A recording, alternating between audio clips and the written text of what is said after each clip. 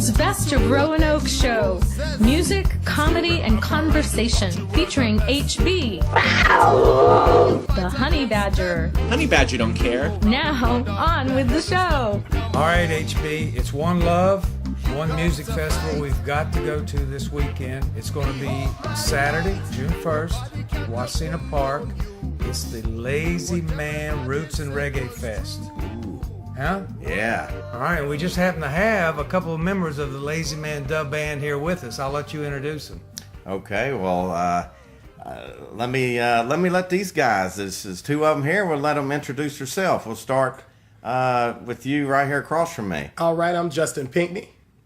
All right. Justin, good afternoon. And we have the other band member on Skype, probably calling in from Kingston, Jamaica. I'm not sure.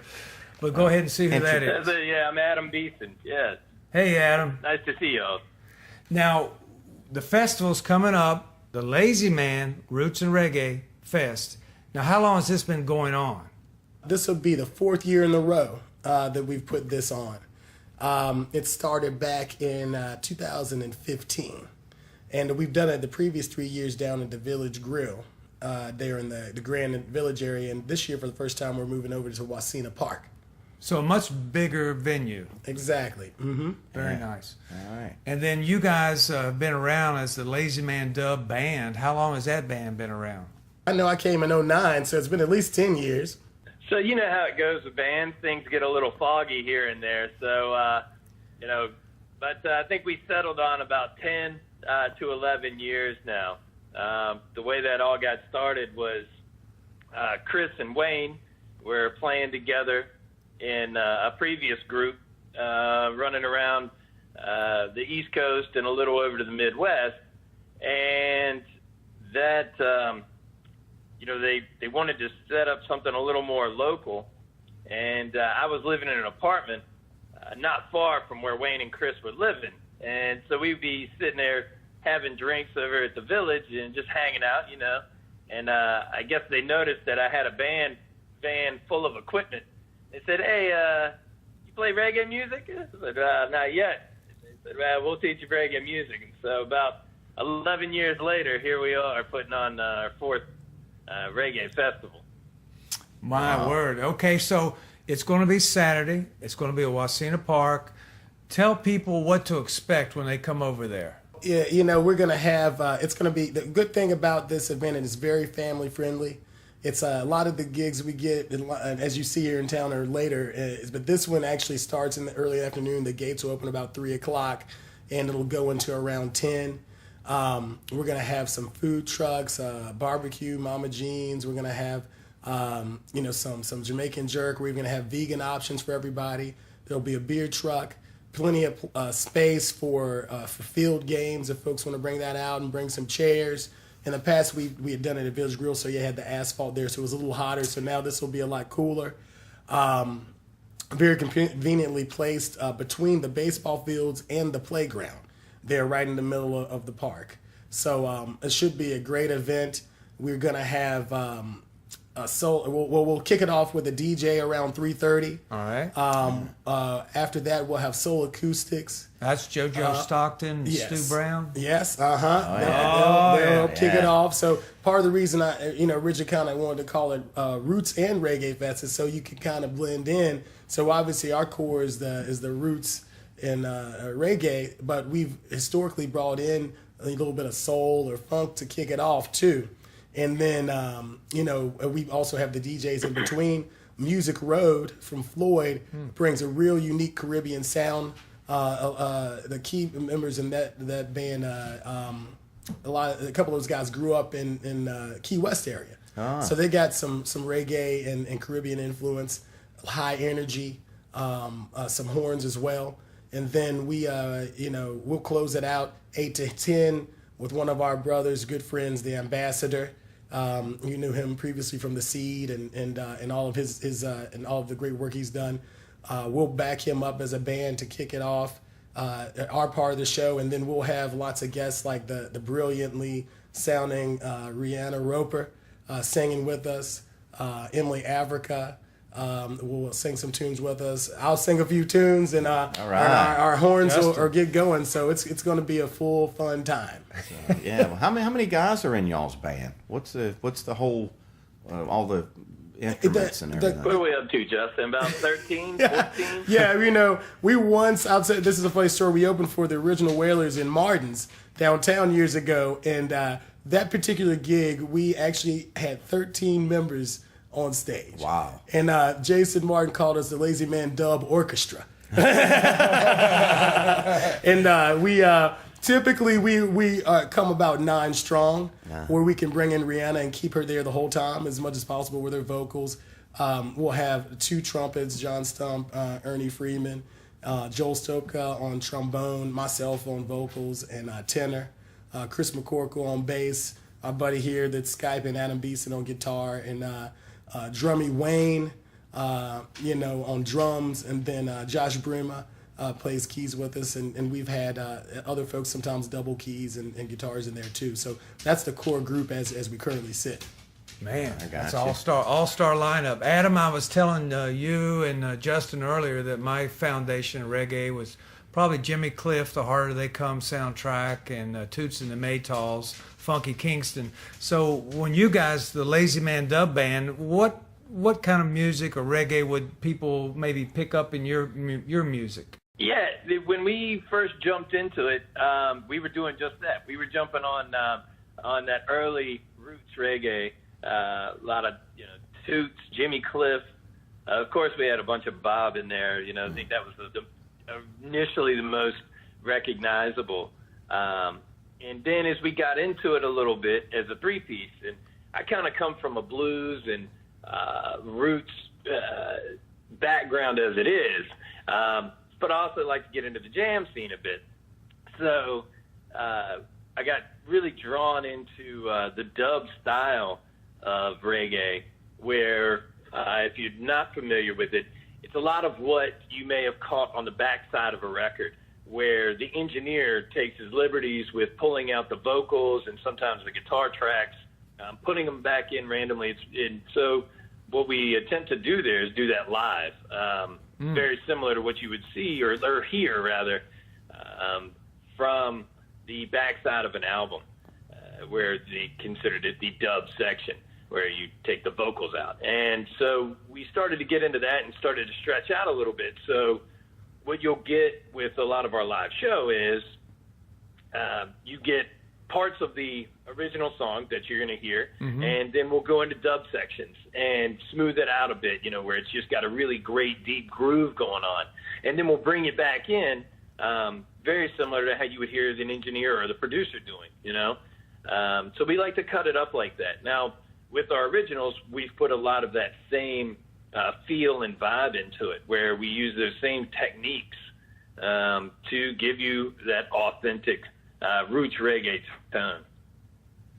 Okay. Yeah, and we're going to be using a couple of your originals, I believe, for the bumper music on this show. Yes, absolutely. You'll be using a couple of those cuts, and I think I gave you guys a couple of rough cuts. The cool thing is we'll have the album coming out here later this year. We've been working on for about 5 years. We joke because I would tell everybody we might call the album Anthology. Yes, it's our first album, but we might work backwards, come with the greatest hits first. But we've been working with Jake over at Summit Sound on that, and they've been coming out, even better than expected. But one of the songs that you guys will hear will be Smoke Inspector. And that's any reggae bands, they'll probably kind of get the joke there, but it's a recognizable tune. You'll probably recognize some of the melody from, and I guess in my eyes, it was kind of like an ode to some of the inspectors out there too. So you'll hear a little Inspector Gadget in there, and then a sneak in when we go into a little bit of dub area, as Adam mentioned.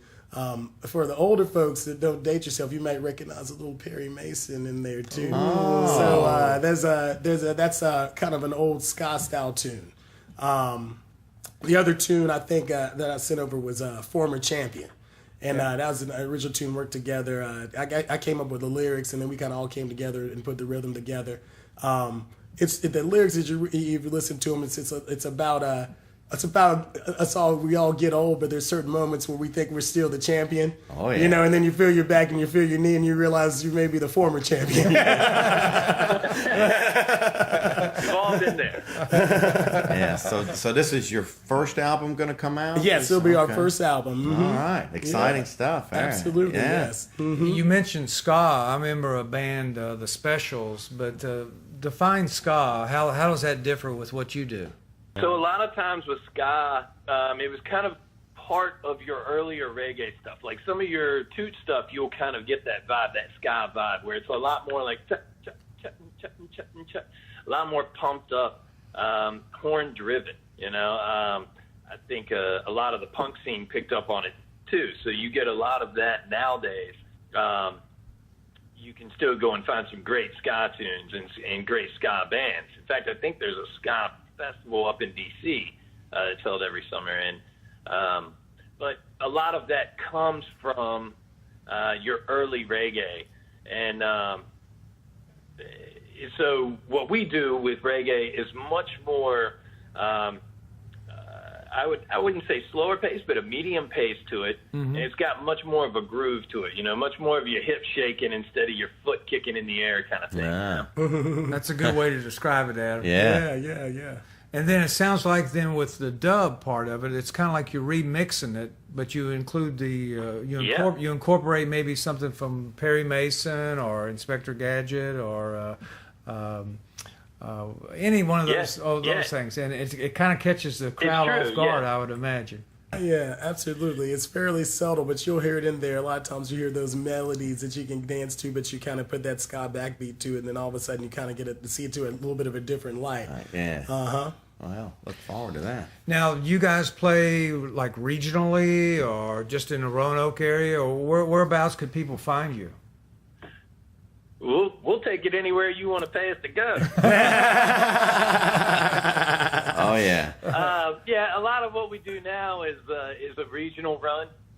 We played a whole bunch up towards West Virginia. We've been in Pennsylvania, South Carolina, North Carolina. You know, a lot of the Mid-Atlantic region.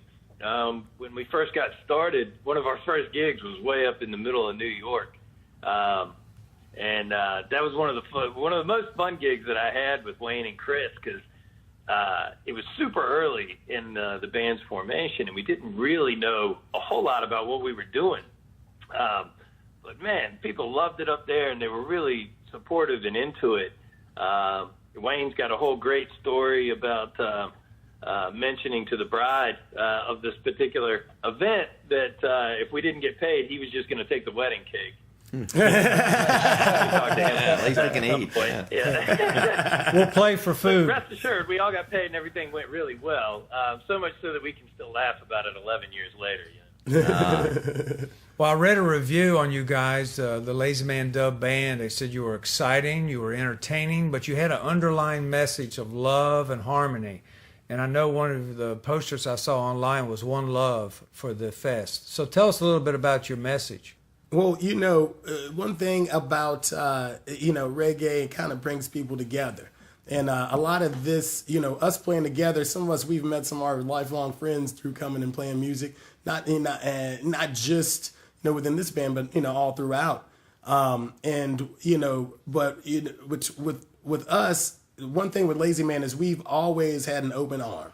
That's why you've seen a lot of folks. We think of everybody who's been a part of Lazy Man at some point or another and helped us and as part of that Lazy Man family.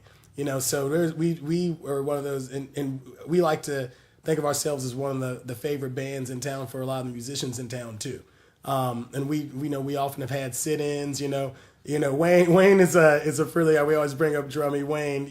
But I'll recall times when he's to come with another sax player, and he ended up being a good buddy of ours, Houston, who now lives in Florida, and he ended up playing with us for a couple of years, and he shows up and he's like, Justin, teach him, teach him the songs, and we open arms, come up there and we have him play some tunes with us, and that was the day that we ended up opening for the original Wailers later that day, and we brought him out. I met him that morning, key players, and everything, We've always had an open arm and this, so we like to think we represent that love and camaraderie of all the music and musicians within the Roanoke Valley too. Because that's how we look at it too. That's it. I always like to look at it as the more successful the region is musically, the more successful all of us are. And I never like to look at it as a competitive thing that I want to try to, bury other bands or things like that. That's never been our viewpoint. It's really always been about the love. Yeah. Mm-hmm. Adam, you want to add anything to that? Yeah, I mean the whole vibe of it is just inclusion.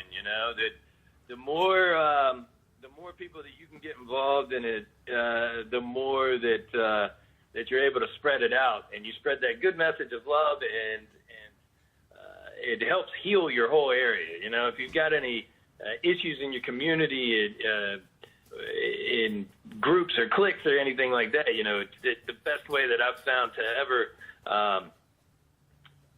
intercept or slow down or break any sort of barriers, is inclusion. And so you get as many people included as you possibly can, and then you start to see, oh yeah, you're just like me, I'm just like you.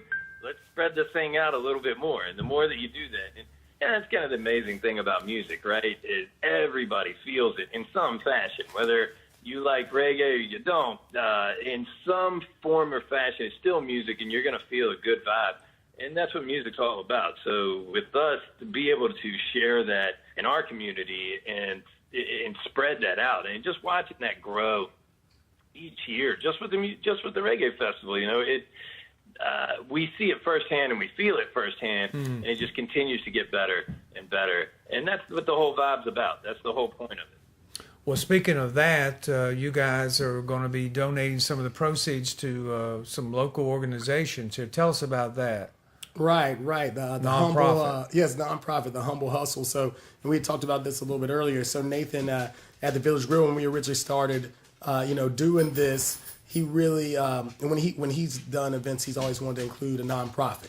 And Xavier, who runs the nonprofit, the Humble Hustle, we met through our trumpet player Ernie, a great organization that really works to try to help kids that grew up in not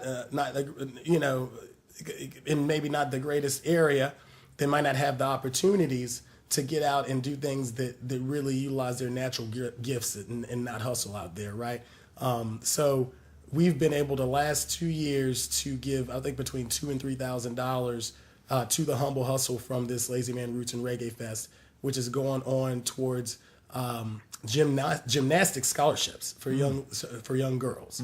But he does things like humble hikes. He's there. I mean, you really if you get a chance, kind of look up the Humble Hustle, and they do some great things out there. And so that's one thing that's been great about this has been a partnership and team effort working with the Humble Hustle. And then Nathan helping sponsor from Village Grill and helping make this become a great event. And it's not, none of us are in this music thing. We're in it because we all love to do it. We're not doing it because we expect we're going to become millionaires, from doing it. So we feel really good that this is helping us give back to this community that has helped support us and allow us to continue to become better musicians and thrive too. Yeah, so you really are giving back to the community. Absolutely. Yeah. How do you rate Roanoke as a community that supports nonprofits like that and supports music? How do you rate Roanoke? Yeah. Well, I think Roanoke is is very supportive for nonprofits, and that's something that this is a really tight knit community. You notice that, and just coming out and seeing this Roots Reggae Fest, the people that come out and support it, and people get even more excited when they hear about it.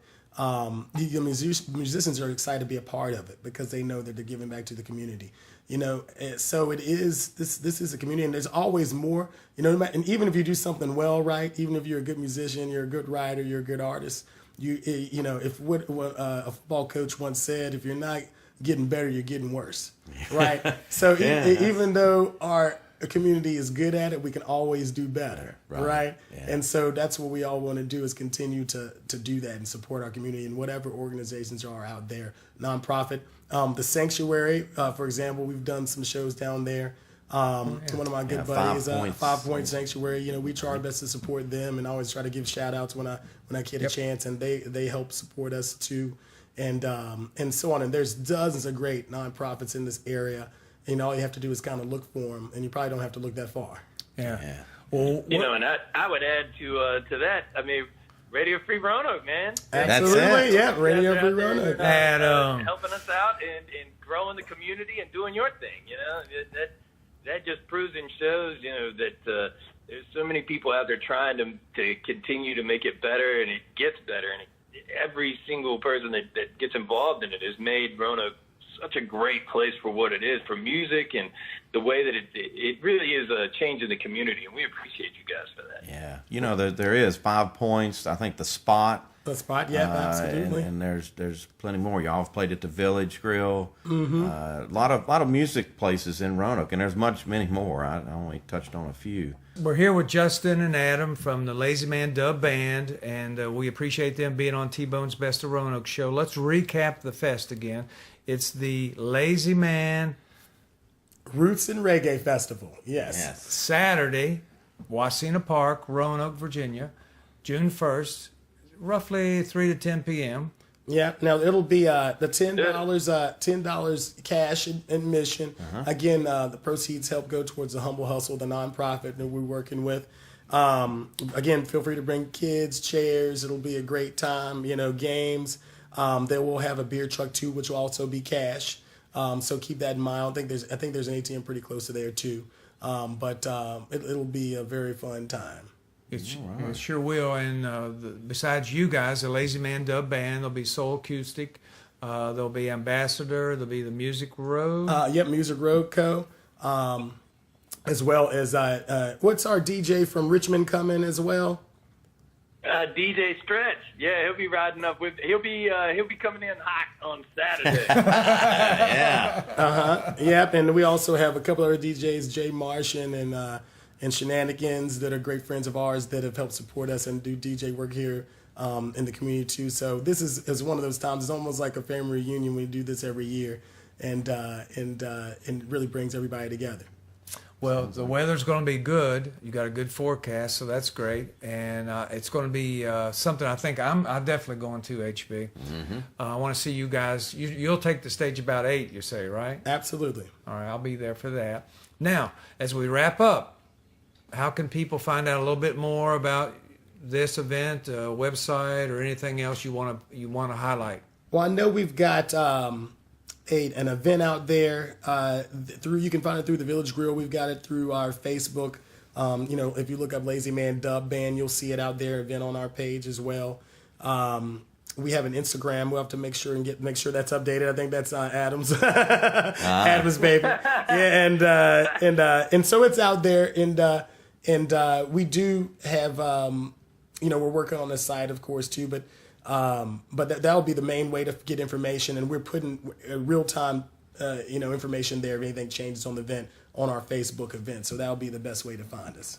Very nice. Okay. Any last words there, Adam? You can also find just wander around in the Grandin Village area, and I guarantee you're going to see Wayne wandering around down there at some point. So all you got to do is grab him and say, "Hey, when do you play again?" Yeah. Jeremy Wayne. Oh yeah, he's a walk-in invite, and he's one of the better promoters that you'll ever meet. So Jeremy Wayne, you'll find him out there. Yeah. Okay. Well, yeah, he's definitely a man we've got to find. So, all right, you guys have been great. Is there any last words, anything else you want to highlight before we close down? Hey, one love. We love all y'all. We really appreciate you so much. All right. Thank you, Adam. Absolutely. Thank you, Justin. One love. One love. One love. See you Saturday night. Yes, look forward to it. All right. Thank you, guys. Thank you. Thank you so much. That's a wrap.